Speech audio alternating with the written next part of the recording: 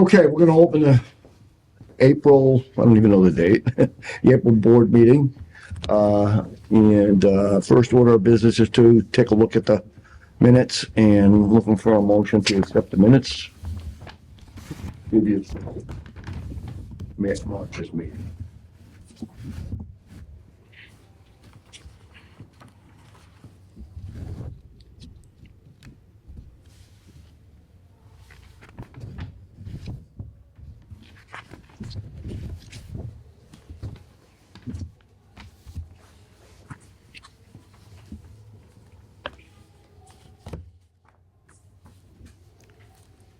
All right, I make a motion to approve the minutes. Okay, I'm gonna relinquish the chair. I'm gonna second the motion. I'm gonna recapture the chair. All those in favor? Aye. Aye. Pass. Okay, the next item on the agenda is a discussion regarding retiring caps, and we're fortunate enough today to have the solicitor, Jim Lamanna, and I think you're here because of me, so. You know me, I always got a question, right? And you always have the answer. Try to. One of the things that came up in our discussions about this cap change thing was, I believe it was Joyce had given us an example of a store that was legit. They paid all their license was active, that they don't owe any money, they don't have any violations, nothing's wrong, they just haven't been open.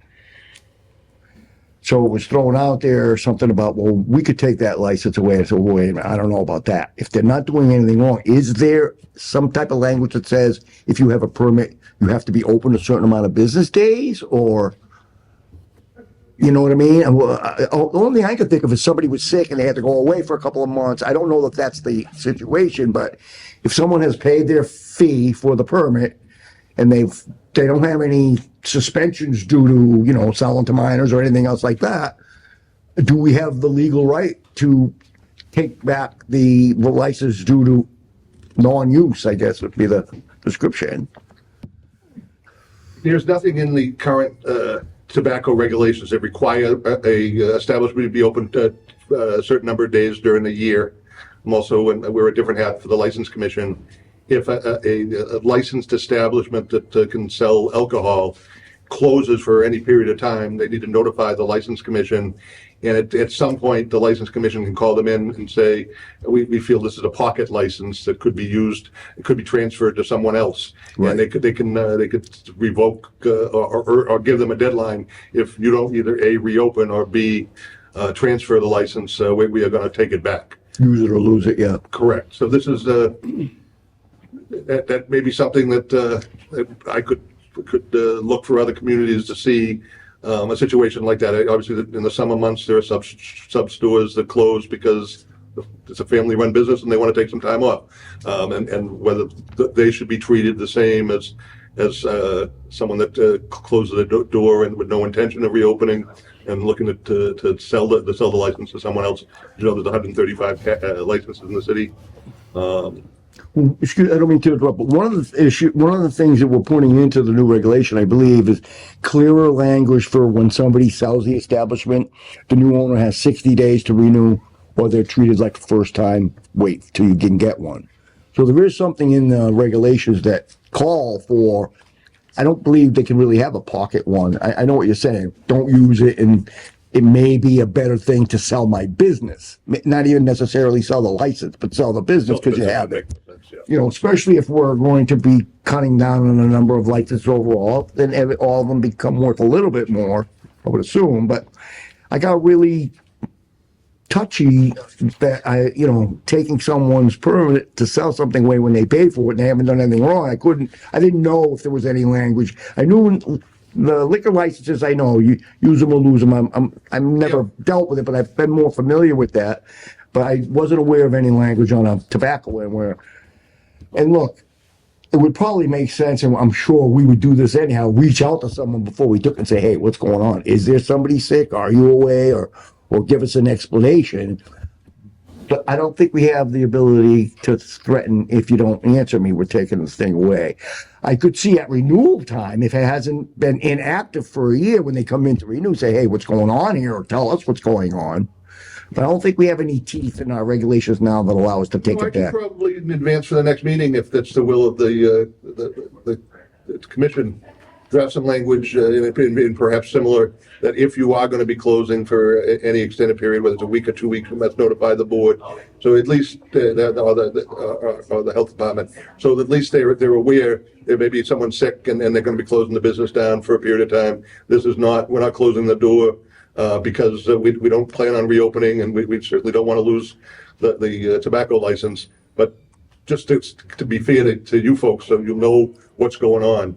Yeah. And I can also see situations, and in the city clerk's office will tell you, it's very common, despite notices saying your tobacco license up, your inflammable license is up, and it's time to renew, they don't renew in a timely fashion.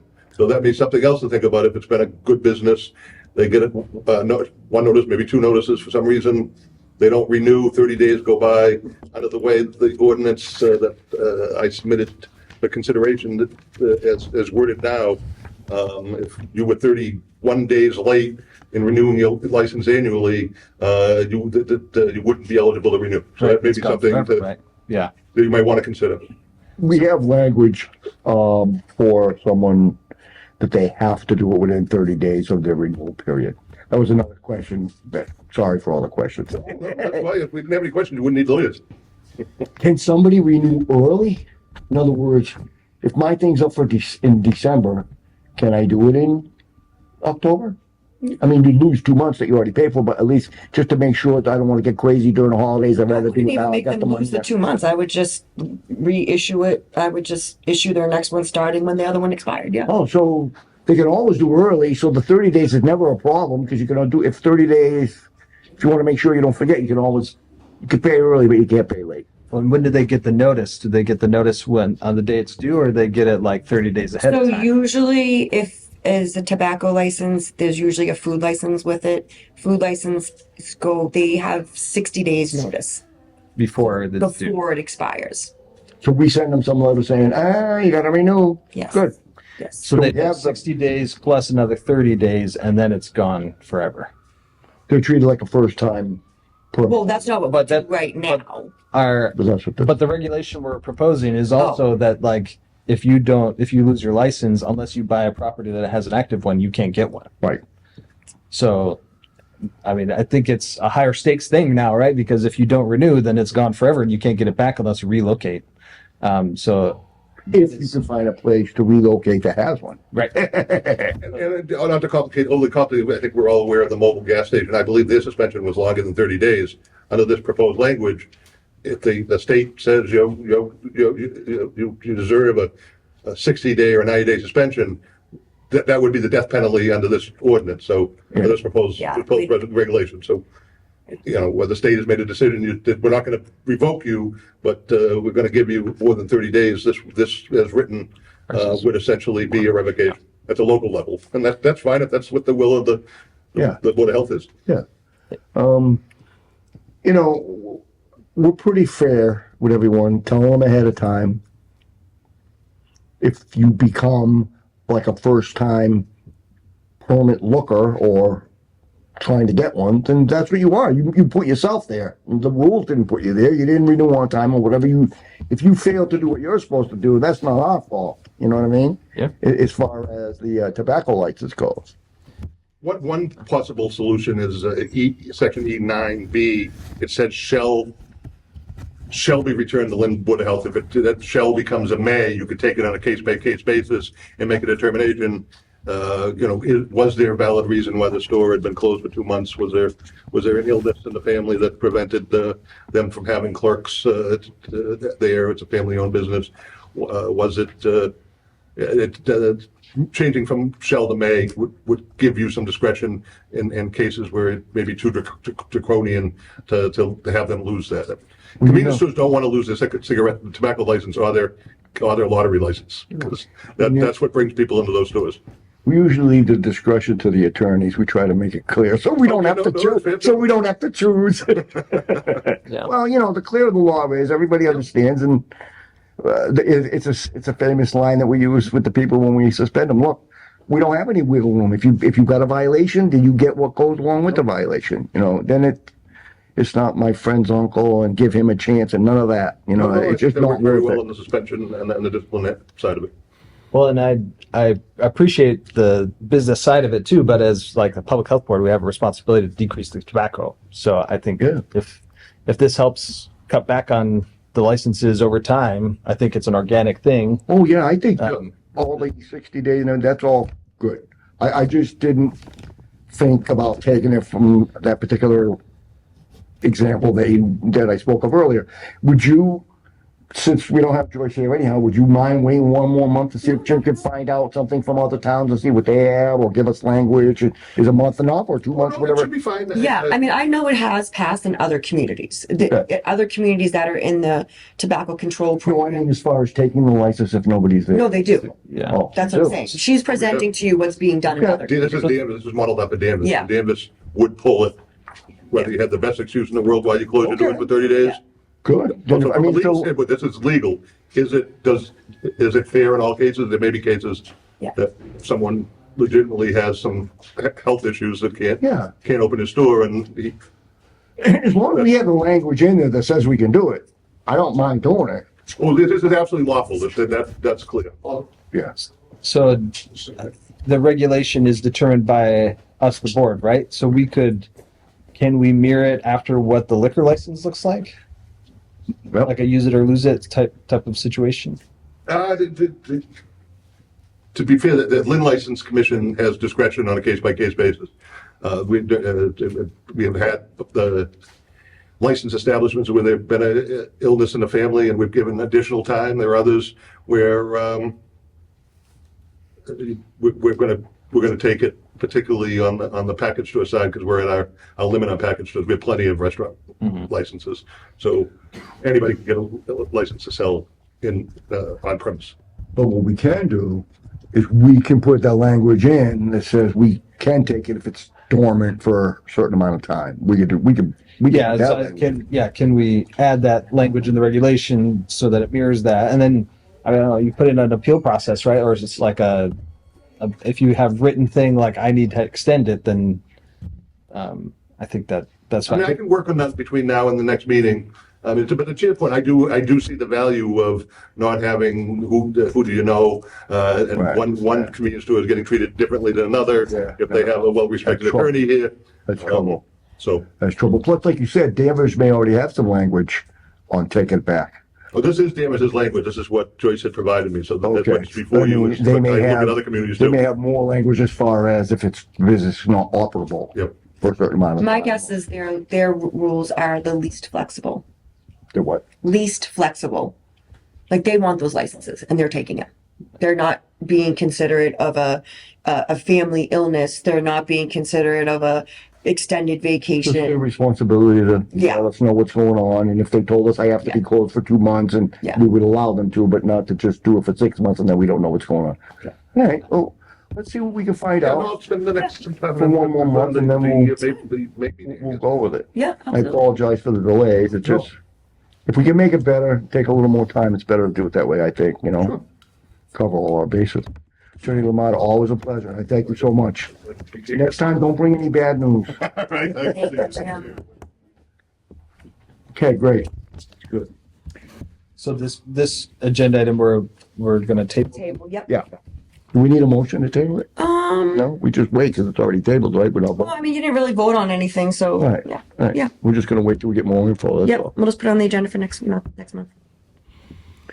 Okay. I'm gonna turn it over to you now, Lisa. All right. I asked Norris to prepare just an overview of the grants that we have in the department. Just given, everybody's hearing about different cuts and different things like that, just to guys give you a Yep. sense of like what we're working on and what we currently have.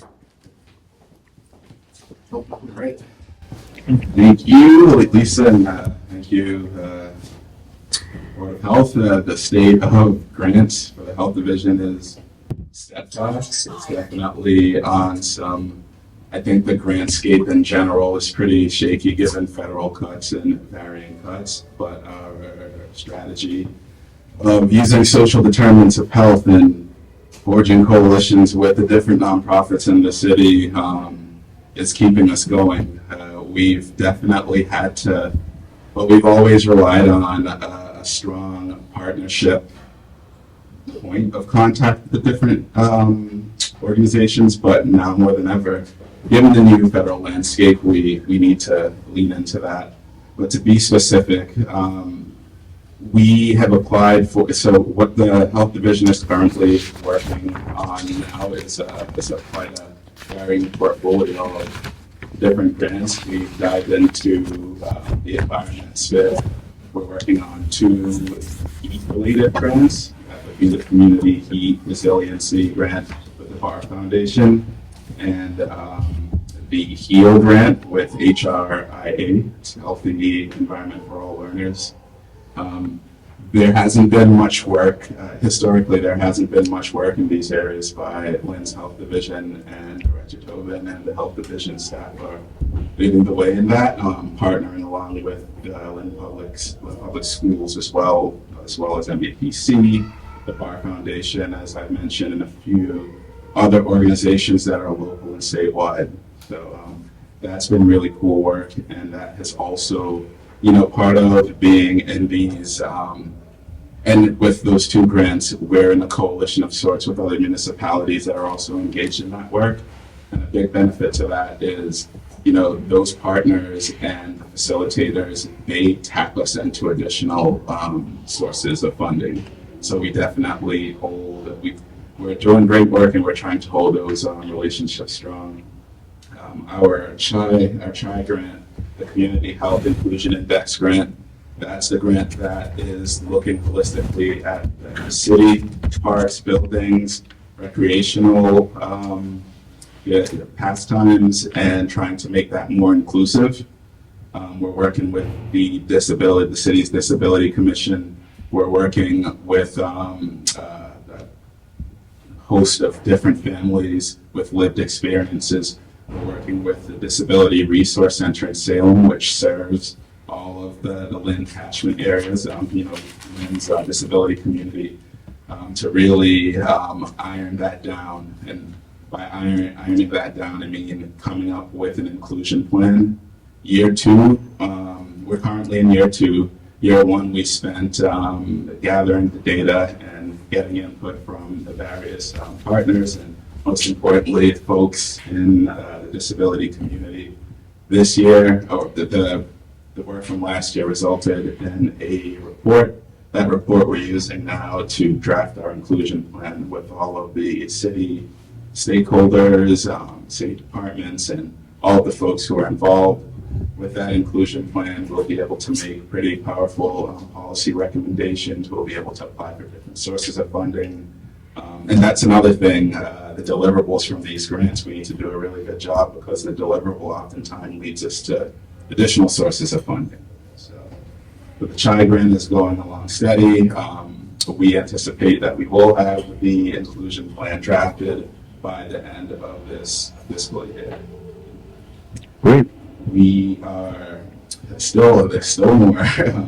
We recently found out that we applied for 2 grants from the Department of Transportation. We got word that we got one of the grants for the Community Transportation Coordinator, and we're super excited about this. In our various assessments, whether it's the Community Health Assessment or the Community Food Access Plan, transportation comes up as a key negative indicator, whether that's getting to the resources or the resources coming to the place or what have you. Whether that's and our seniors as well often sound the alarm on this. With this position, we're going to be able to get creative with the sorts of solutions that will address some of the needs in the transportation area. We'll also be able to work with a few more organizations, and exciting work to come. We still need to hear back from the second part of the Department of Transportation grants was the full sport vehicle. We're still waiting to hear back. We actually heard back from the Attorney General's office about an anti-gun violence grant. We did not receive that, but there is still some, I don't know if you'd call it good news, but we received feedback that the proposal was strong, and we know how to make next year's that much better, so we're confident. And speaking of Attorney General's office, we are applying for the Healthy Summer Youth grant, and that's based out of the Attorney General's office. If we do get that, we intend to hire 2 youths focusing on food security and youth mental health. More to come as we submit that proposal and finalize some areas around that. I mean, overall, the 2 youths will be working in 2 areas identified by all of our assessments as highly critical. And so that's the plan behind that. And lastly, the Mass Largest Cities grant. That is, and maybe Director Tobin might want to speak a little bit to this, but it's geared towards addressing some of the issues around homelessness and. Yep. Can I just clarify? I thought we had heard back on the transport on the vehicle. We did not. We didn't? Was it? The vehicle? We heard for the transportation coordinator. Yeah, I thought we heard back on the vehicle. Okay. The MLC, Mass Largest Cities Health Coalition, came up as part of 14 largest cities. So we meet monthly. The state DPH rather, had some APRA funds available, decided to make them available to the 14 largest cities for homeless support programs. So that money was utilized to support the temporary emergency warming shelter that we ran this winter. We can use remaining funds to help support someone taking that over for next year.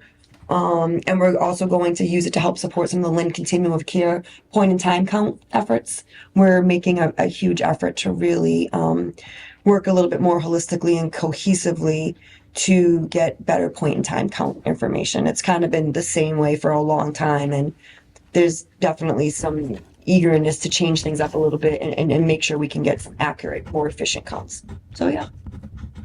Director Tobin, you were right, Louisa. We did receive. I thought we got that. Yeah, we have to pay a match for it, so we did receive. Smart man, the boss is always right. That's Lisa there. I was like, boy, that's why I went on a good vacation. So we are, like I said, we're resilient and we're going forward despite what's happening. We have our plan and we're confident in executing. I'd like to just make a comment. I've been here a real long time, probably too long. And I can tell you this, I've never seen a department go into high gear, especially this department, over the last couple of years. And it's not a knock against anybody else that was here before. They had the cards they were dealt. But the young blood is making this place work better. I see it. I've seen it when it doesn't, when it didn't work at all, when it worked kind of good. And you should all be commended because you're doing a good job, every one of you. And I appreciate the hard work. Yes, thank you, Mr. Chair. Okay. Awesome. We actually have one more thing for you, which was part of our Public Health Week last week. We thought we'd show you the presentation that we had prepared for the night with the community conversations. Thank you, everyone, for joining us for our 3rd annual National Public Health Week event. We will be having a conversation with y'all and letting everyone know just what it is we're doing in public health, introducing to the staff, and we are looking forward to talking about ourselves. So as you can see on the agenda here, we've got introduction and roles where you get to meet the awesome public health staff, an overview of the ISD narrative for the Public Health Division, future events, and questions and comments, which you could leave those in the comments section. And so we have myself here, Norris Guscott, which is the Public Health Coordinator and Chair of the Food Policy Council. My name is Malika Champagny. I'm the Community Resource Coordinator. My name is Damiani Garrido, and I'm the Grant Specialist. My name is Kitsia Diaz. I'm the lead public health nurse. My name is Irini Camarinos. I'm the epidemiologist. And my name is Candace McClory. I'm the substance use coordinator and community liaison. And we'd be remiss if we did not mention our brave leader, Director Lisa Tobin, who isn't here at the moment. Here we have the Inspectional Services Department, of which the Public Health Division rests under, because technically we are a division under ISD. And here are some of the numbers for the work that we're doing. The Inspectional Services Department Public Health Division's mission is to prevent disease and injury, encourage access and inclusivity, promote health and wellness, and prepare and respond to disasters. The Public Health Division accomplishes this through assessment of the social determinants of health, through partnerships with various community organizations, via grant vetting, application, and receipt, as well as through assessment, implementation, and evaluation of community health programs. In addition, the Public Health Division acts as a technical advisor to the Board of Health, which consists of a 3-person board appointed by the mayor. The board serves in both a judicial and legislative matter, including hearings for health license suspensions, as well as directing local policy, such as the Environmental Tobacco Smoke Regulation Program.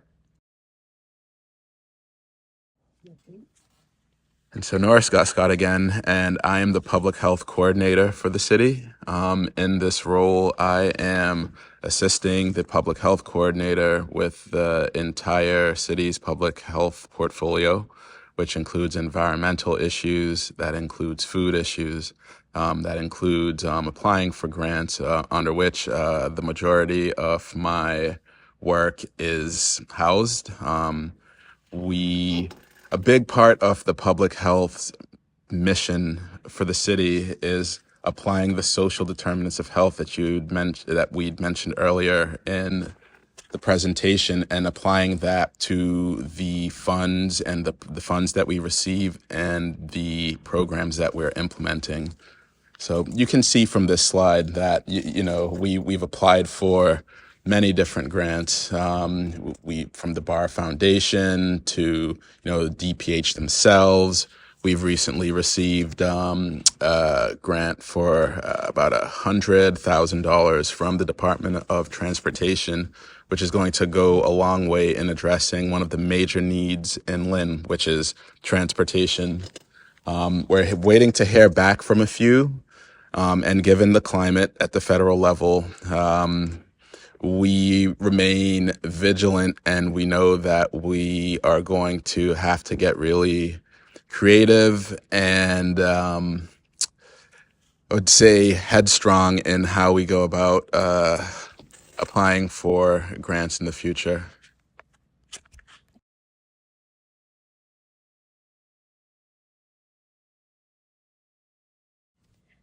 My name is Malika, and I'm the Community Resource Coordinator. My main role is to coordinate a variety of health resources in our Community Health Resource Room for community members and promote health and outreach efforts in community-based settings.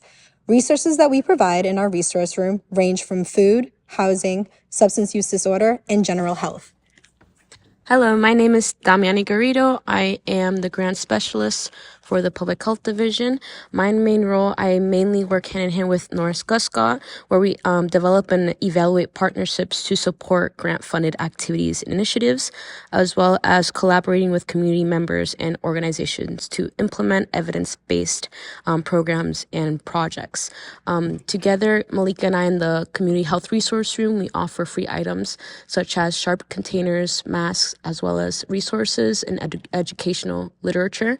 Our goal is to create an inclusive and open space for community members while providing a variety of resources from local, state, and national organizations. We hope to become a resource hub for community members. During the fiscal year 24, we had 2,031 people visit the resource room for a variety of reasons. We also attend events all throughout the city, providing free resources and giveaways specific to the audience we are serving. Public Health Division is always willing to attend any community events in the city. We also provide monthly newsletters and monthly health board presentations dependent on the health theme for the month. My name is Kitsia Diaz. I'm the lead public health nurse for the Public Health Division. I do a variety of different things. So I can talk first about the TB patient care that's in the middle of the screen. And so in FY 2024, me and the other public health nurse, MJ, had directly observed treatment for 13 active cases of TB. And the other number here, 831, is the total number of TB infection cases. So this includes people who are just getting more work up for TB. So what that entails is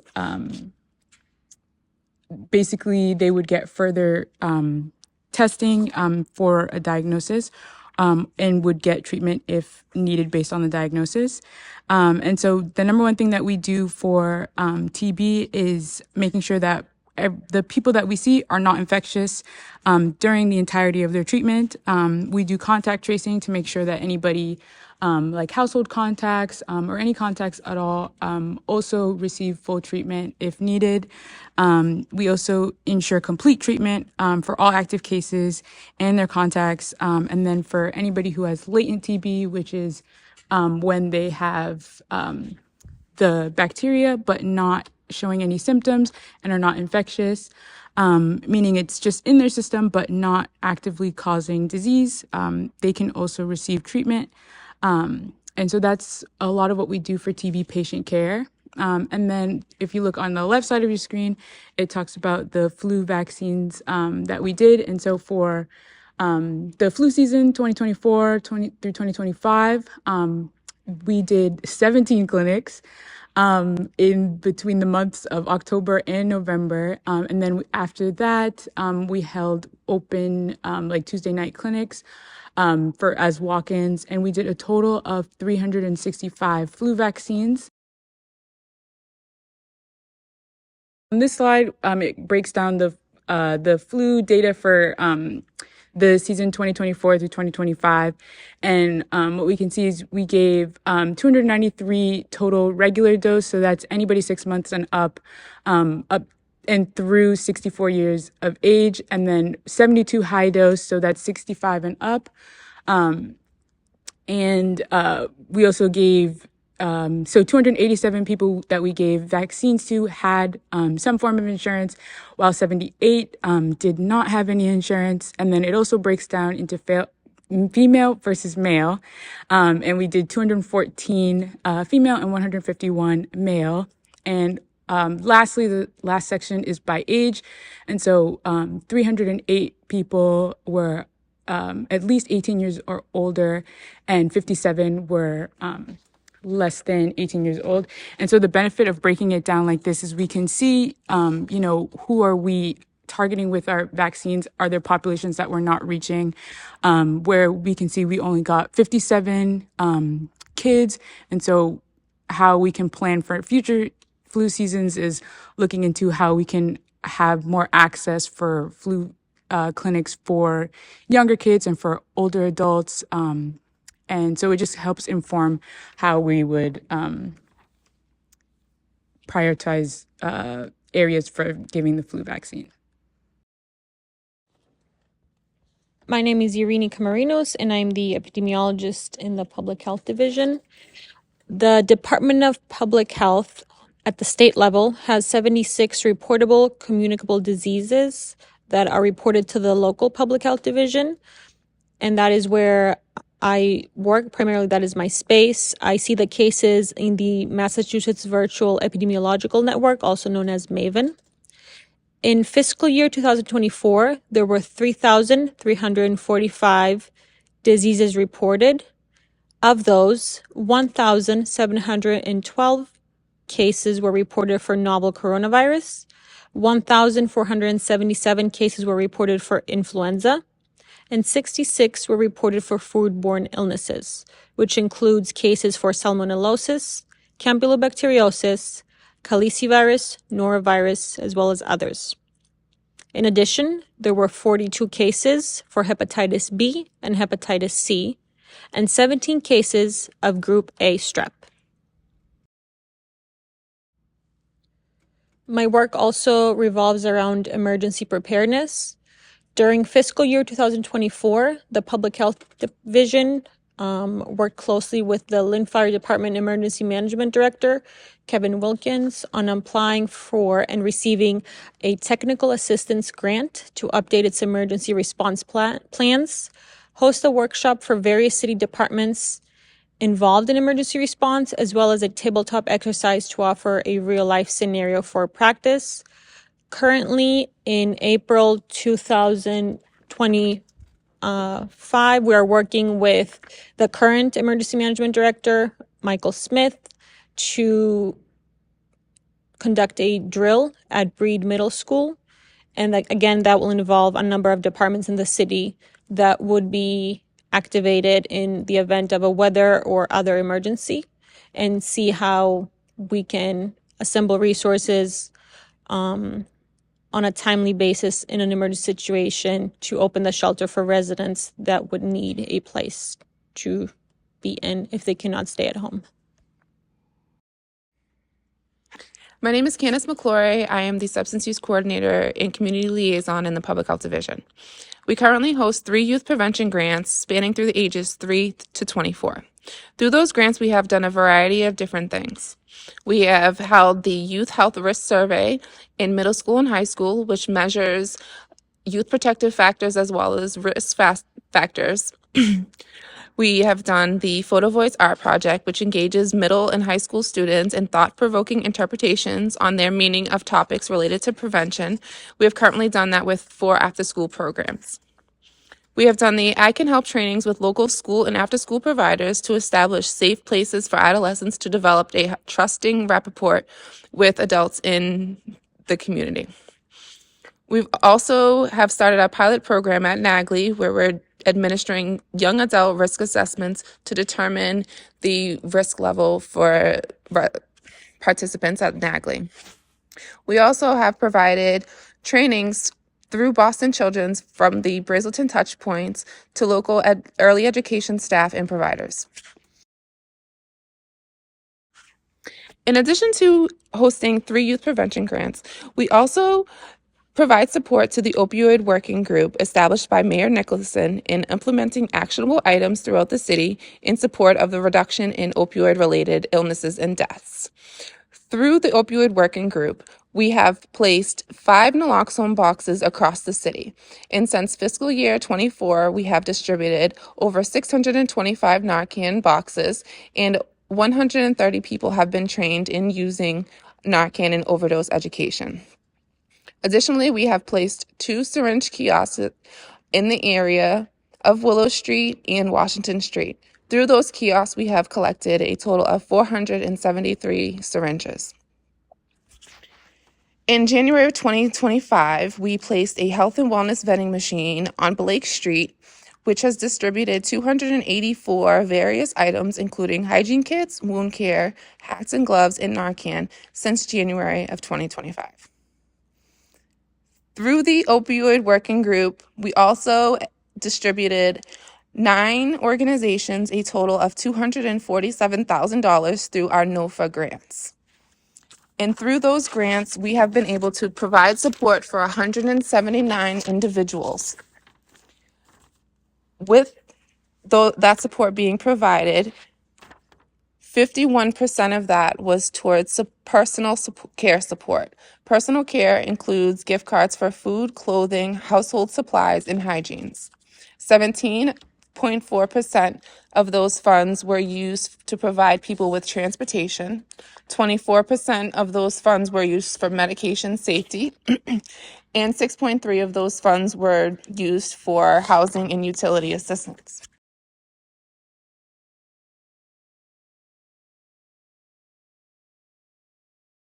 My name's Elaine D'Agostino. I'm the Administrative Assistant for the Public Health Department.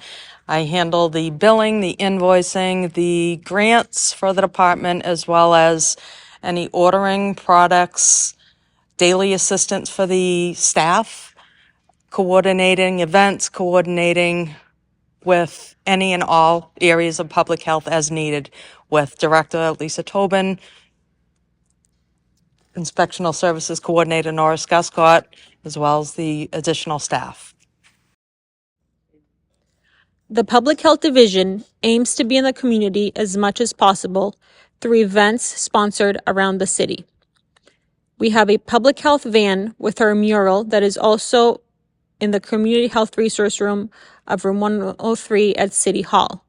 Be sure to check out our van when you see it at events and look out for our table.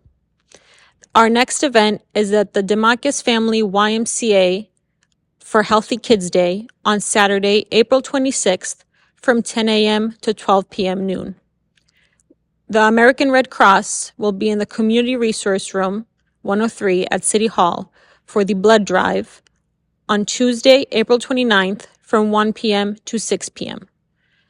As the spring and summer months roll on, we usually attend more outdoor events, so be sure to check our Facebook page and website for more information on where we will be next. They do a good job. Thank you. A lot of that information came from our budget narrative, which we've been encouraged by the CFO to be more illustrative in it. So when people want to like know things, they know like what we're doing, and they can, you know, like put the numbers, put the pictures in there, you know. So yeah. Great. And next we got old business and new business. Nothing. Old business, just to keep it out there. At some point in the good weather, we talked about maybe having a Yep. city tour with us three and you, and anybody you want to come, just to go look at different sites.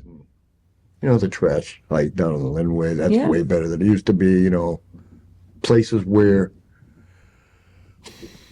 I mean, we should probably generate a list before we go and ideas from us or you or your staff. There may be a store that repeatedly never keeps clean or some damn thing. I don't know, you know.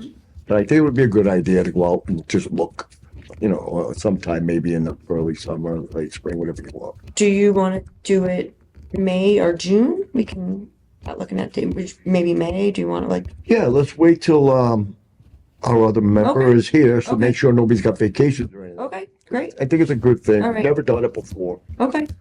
you know, and Okay. I'm sure I'll have some places to go. Yeah, no, to. I think that's a great idea. Absolutely. Gonna Absolutely. take the van? Yeah. Except for there's no, I it's not think it's actually a my passenger yard van, it's a that day. transport van. Make sure my yard's clean that day. And new business, I don't, got anything else new? No? Nope. Another date for the next meeting? Looking like the first Tuesday of May. What do you guys think? Does that work? I think it's May 6th, right? May 6th. How does that work for everybody? I think that's okay for me. Okay. Okay, good. I'm good. Okay, great. Our favorite motion? Make a motion to adjourn. Gonna relinquish the chair, second the motion, recapture the chair. All those in favor? All right. Thanks again, folks, for all the hard work. Appreciate it.